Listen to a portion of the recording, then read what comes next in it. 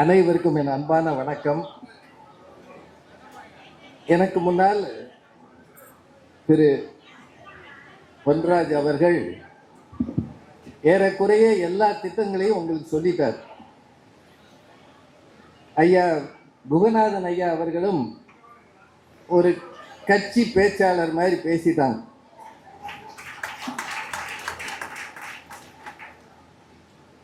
நன்றி. அடுத்து மூத்த பத்திரிகையாளர் தராசு சியாம் அவர்கள் இருக்கிறார். அவருடைய அரசியல் அனுபவம் எங்களை மாதிரி ஆட்களுக்கு கிடையாது. உங்க கூட்டங்களுக்கு வந்தா ஒரு பெரிய பிரச்சனை என்னன்னா, நிறைய துண்டு வருது, அவ்வளவு பேரையும் அவ்வளவு பேர் வாசிக்கிறாங்க. இதெல்லாம் எங்களுக்கு பழக்கம் இல்லை. நாங்க ஏதோ ஒரு பட்டிமன்றத்துக்கு போனா ஒத்த துண்டு போடுவாங்க, அதோட கிளம்பி போயிடுவோம். சார் எதிர்காலத்தை பார்த்தால் பயமாக இருக்கிறதுனால எனக்கு நிகழ்காலத்தை பார்த்தாலே பயமா இருக்கு. ஏன்னா நான் 9:30 மணிக்கு ட்ரெயினை பிடிக்கணும். உங்க ஊரை தாண்டி போறது ரொம்ப கஷ்டம்.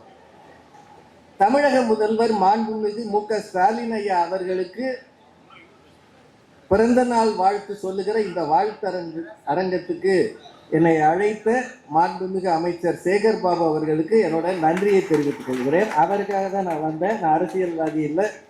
எனக்கு இருக்கிற அரசியல் ஓட்டு போடும்போது அந்த நேரத்தில் இருக்கிறது தான். நம்ம பொன்ராஜ் ஐயா நிறைய சொன்னார் உங்ககிட்ட. அவர் சொல்லும் முன்னாடியே உங்களுக்கெல்லாம் தெரிஞ்சிருக்கணும். அது ஒருவேளை நீங்கள் கட்சிக்காரங்களா இருந்திருந்தீங்கன்னா. ஆனால் நீங்கள் எல்லாம் பரிதாபமாக உட்காந்துருக்கிறீங்க. அவர் சொல்றதெல்லாம் புதுசாக கேட்குறீங்க.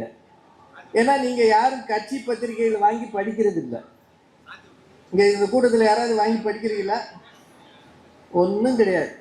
மொபைல் பார்க்குறது, வாட்ஸ்அப் பார்க்குறது, 4 பேரை திட்டுறது, அதோடு முடிஞ்சு போகுது.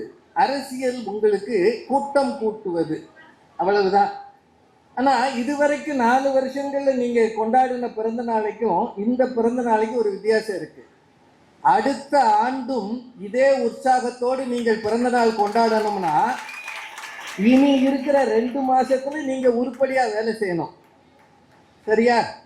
அந்த வேலை செய்வதை பத்தி உங்களுக்கு நினைவூட்டல் பண்றதா என் வேலை. நான் ஒன்றும் பெருசா சொல்ல வரல. தமிழக முதல்வர் அவர்களை எனக்கு ஓரளவு அறிமுகம் உண்டு. அவருக்கு இலக்கிய ஆர்வம் உண்டு. என் போன்ற பேச்சாளர்கள் மீது பிரியம் உண்டு. அதனால எங்களுக்கு அவர் மீது ஒரு அன்பு இருக்கிறது. மற்றபடி எந்த கட்சியும் எங்களுக்கு கிடையாது. இதை எத்தனை தடவை சொன்னாலும் திட்டுறவங்க திட்டுவாங்க. 1-2 விஷயத்தை அவர் சுட்டி காட்டினார். தமிழகம் ரொம்ப காலமா யூபிஎஸ்சியில பின்தங்கி இருந்தது. ஆனால் இப்போது நான் முதல்வன் திட்டத்துல மிக சிறப்பாக தமிழகம் மேலே வந்திருக்கிறது. அதை அவர் ஐயா நல்லா சொன்னார். இது போல நிறைய நல்ல திட்டங்கள். எனக்கு ரொம்ப பிடிச்ச திட்டம் என்பது பள்ளி பிள்ளைகளுக்கு காலை உணவு தருகிற திட்டம். அது அம்மாவும் அப்பாவும் அவசரத்தில் வேலைக்கு போகும்போது நிறைய பிள்ளைங்க இந்த அசம்பிளின்னு ஒன்று வெயிலில் நிற்க வைப்பாங்கள்ல, அதில் மயங்கி விழுவாங்க. நாங்களும் அப்படி விழுந்திருக்கோம் படிக்கிற காலத்தில். விழுந்தவனை தூக்கிட்டு போவாங்க. என்னடான்னு கேட்டால் சாப்பிடாம வந்திருப்பான். சாப்பிடாம வந்த அந்த பையனை நினைவில் வச்சு அவர்களுக்கெல்லாம் காலை உணவும் தருகிற ஒரு சரியான திட்டத்தை இங்கே செய்திருக்கிறார். 2வது, எனக்கு அவர்கிட்ட பிடித்த ஒரு குணம், திருக்குறள்ல ஒரு அருமையான குறள் உண்டு. பிரித்தலும் பேணி கொளலும் பிரிந்தார் பொறுத்தலும் வல்லது அமைச்சுன்னு ஒரு குறள் உண்டு. அதாவது எதிராளிகள் ஒன்று சேர விடாமல் பிரிப்பது, வந்தவர்களை சந்தோஷமாக வைத்துக் கொள்வது, கொஞ்சம் இங்கும் அங்குமாக விலகுகிறவர்களையும் சேர்த்து அணைத்துக் கொள்வது, இத்தனையும் செய்பவர் தான் சிறந்த அமைச்சர். உங்க கட்சி கூட்டணிகளில் இருந்த தகராறுகளை உங்களுக்கே தெரியும். அதை எல்லாத்தையும் அரவணைத்து மிக மிக சாதுரியமாக ஆட்களை அருகே அழைத்து அவர்களை மகிழ்ச்சி படுத்துகிற ஒரு தலைவராக தமிழக முதல்வர் அவர்கள் எனக்கு தோன்றுகிறார். இன்னும் ஒரு செய்தி சொல்லணும். அரசியல் நாகரிகம் என்பது மிக குறைந்து போன காலத்துல எதிர்கட்சிக்காரர்களுக்கு உடல்நலம் இல்லை என்றாலும் ஓடி சென்று ஒரு முறை அல்ல இருமுறை பார்க்கிற பண்பாடு தமிழக முதல்வர் அவர்களிடம் இருக்கிறது. இது உண்மையிலேயே பாராட்டுக்குரிய ஒரு விஷயம். யாராவது ஒருத்தர் பேசணும். இது கட்சி கூட்டம் இல்ல, நாங்களே ஏதோ வந்த நேரத்தில் பேசிட்டு போகணும்னு பார்க்கிறோம். இந்த முழக்கங்கள் எல்லாம் வெளியில வச்சீங்கன்னா இன்னும் நிறைய பேருக்கு போய் சேரும். இந்த ஒண்ணு சொல்லி நிறைவு செய்கிறேன். ஏன்னா எனக்கு நேரம் மிக குறைவு. யாதும் ஊரே யாவரும் கேளீர் அப்படின்னு ஒரு பாட்டு ஒருவேளை உங்களுக்கு தெரிஞ்சிருக்கலாம். புறநானூற்று பாட்டு. தீதும் நன்றும் பிறர் தர வாரா. அதுல ரொம்ப கடைசியா 2 வரி இருக்கும். அந்த வரிகளை நினைவில் வச்சுக்கங்க. மாட்சியில் பெரியோரை வியத்தலும் இளமே, சிறியோரை இகழ்தல் அதனிலும் இளமே.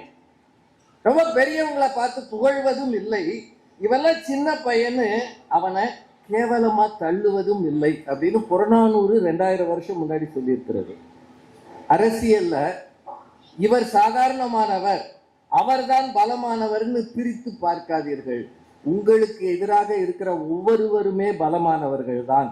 எப்போது அப்படி நீங்கள் யோசிக்கிறீர்களோ அப்போதுதான் நீங்கள் வெற்றி கோட்டுக்கு மிக அருகில் போவீர்கள்.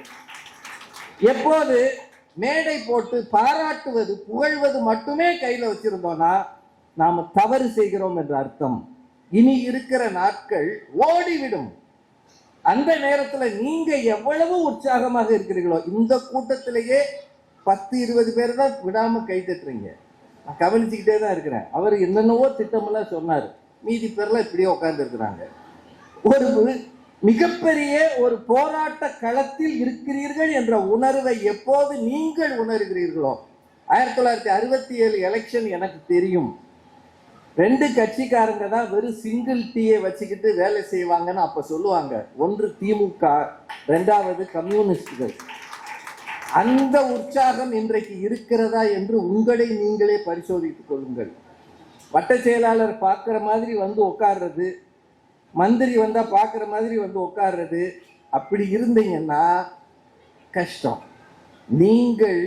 நீங்களே உங்களை உற்சாகப்படுத்தி கொண்டு எப்போது ஒரு இயக்கத்தில் இருக்கிறீர்களோ அப்போதுதான் அந்த இயக்கம் வெற்றியுள்ள இயக்கமாக மாறும். வெறும் கனவுகள், வெறும் கற்பனைகள், வெறும் தேவையற்ற புகழுரைகள் யாருக்கும் நல்லதல்ல. வெறுமனை புகழ்வதற்கல்ல மேடைகள். உண்மை என்ன என்று பார்க்க வேண்டும். அதுக்குத்தான் தராசு சியாம் ஐயா மாதிரி பத்திரிகையாளர்கள் வந்திருக்கிறாங்க. அவர் அந்த காலத்திலிருந்தே 60கள்ல இருந்தே அரசியலை பார்க்கிறவர்.